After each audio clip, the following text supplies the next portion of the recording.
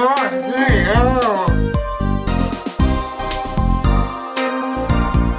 it has been a long time since I played this, so I don't even really remember any of it. I just remember how weird it was. So let's get it started. The world is torn in a bloody war. Endless battles have ravaged this once beautiful land. Well, there's only one thing we can do, and that's play pinball. So obviously, in addition to being a weird concept, it's also a very Japanese game, as you can see.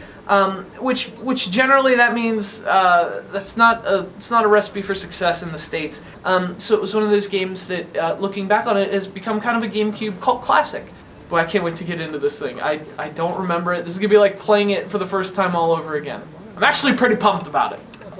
Okay, so now it's starting to come back to me. What happens is there's a battle. You have your soldiers and you have the bad guys, and they're battling on this plane. Oh, but by the way, this plane happens to be like a pinball table. So I'm controlling the Odama and their little pinball paddles at the bottom of the screen. And I'm playing a game of pinball with a giant pinball on this plane where there's battles, and like a pinball table has objectives, there are certain things I can hit on the battlefield that will change what's happening in the battle and generally help my soldiers win. Oh, and I remember the Odama rolls over all the other soldiers and kills them. Oh man, it just went right back into the hole. That's not good. So before they can... Well, I can't... How am I supposed to hit the ball when the bell's right there? That doesn't make any sense. And now I'm remembering that Odama's kind of hard.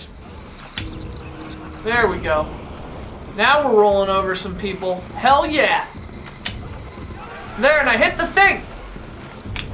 Oh, god damn it! Alright, see, okay, so they can't get the Nintendo bell across the river until I stop the river. I have to lower the thing. You now have the commands, advance, march left.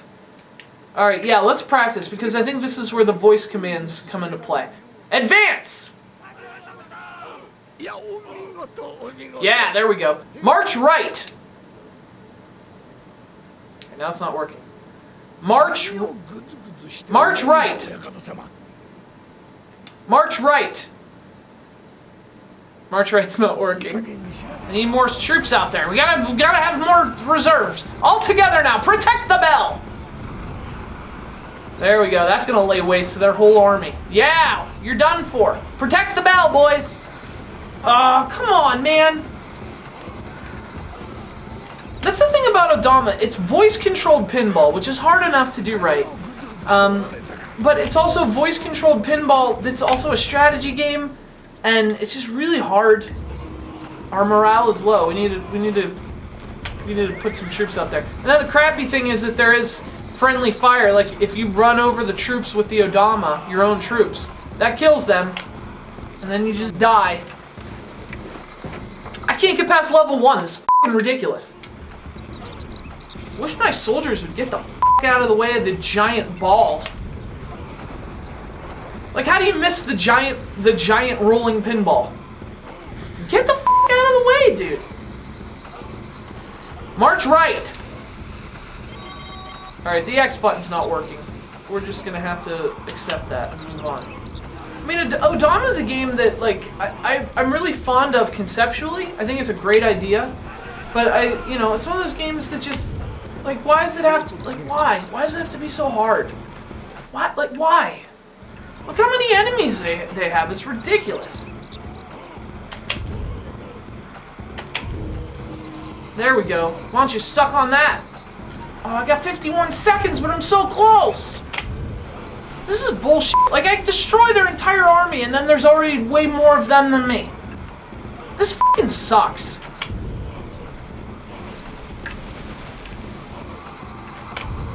Whatever. F*** you.